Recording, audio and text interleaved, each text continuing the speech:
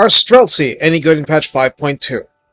Now we're getting into areas the patch version matters. Once again, you are paying for what you get. These are not the equivalent of mass spam handgunner units for the Empire, but they can fight in melee fairly decently. We had an era where Akshina skirmishers were just better Streltsi, but there's more separation now. So at present, is it worth pushing hard to have these guys? Let's take a look. Recruited for 850 gold and 213 upkeep.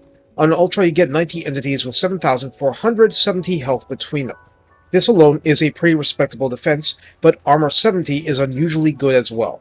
No shields, but leadership 70, speed 30, charge speed 38. Melee attack begins at 32, which is normal for Empire swordsmen, with an attack interval of 4, no splash damage. Again, you're paying top gold coin for this. Melee defense of 26 is better than awful, but a lot less than dedicated melee elite units. Weapon strength comes at 32, split between 9 base and 25 armor piercing, as in, the Streltsi do armor piercing in melee. Charge bonus 16, mass is 125.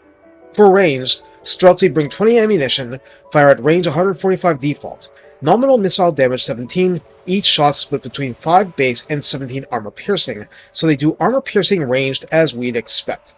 Reload time of 13 feels slow, and it kind of is, but that's the trade-off.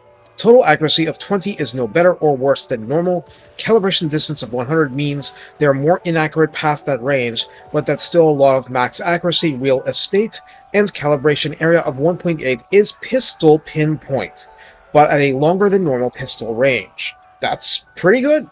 There is no penetration effect. Think of them as if they're using hollow point bullets. The unit has Hide in Forest and Buyer Blood. That's it. In the redline skills, firing drills adds up to plus 6 melee defense, erasing the deficit with regular Empire swordsmen, and 9% reload time reduction at 3 pips. Skirmisher Traditions offers rank 7 Streltsi plus 5 melee attack, plus 15% ammunition, and 15% missile resistance for good measure, all welcome. The Tech Tree offers Hooked Axe Blades for plus 4 melee defense, Mesh Layers for 10% missile resistance, Pirate's Weapons offers range plus 10%, plus 2 armor-piercing missile damage, not percent, but 2 as in greater than 1, and 10% more reload time reduction. Breach Loaders adds plus 3 AP missile damage and 15% more reload time reduction for gunpowder units, like this one.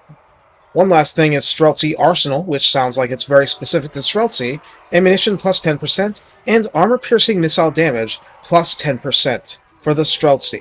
So that's 10% of whatever the value is, independent of this tech. So that's a lot of potential buffing, with no part of the Streltsi untouched, not even melee attack. How do we use the Streltsi? Well, this is a gunpowder armor-piercing missile unit first. It shouldn't even think about melee unless it has no choice. I think it's a very good idea to abuse guard mode as well as possible, manipulate formations to keep it shooting, and buy lots and lots of time.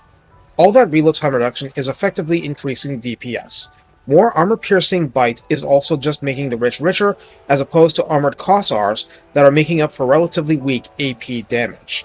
Moreover, the calibration area is small enough for you to legitimately go character sniping, getting much better as ranks increase.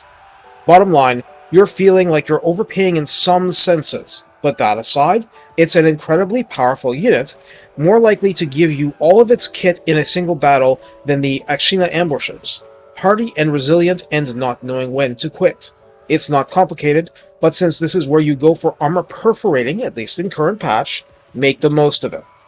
Take care, and have fun bringing the cheese, because by the time you're done, dragons will look a lot more Swiss than when they started.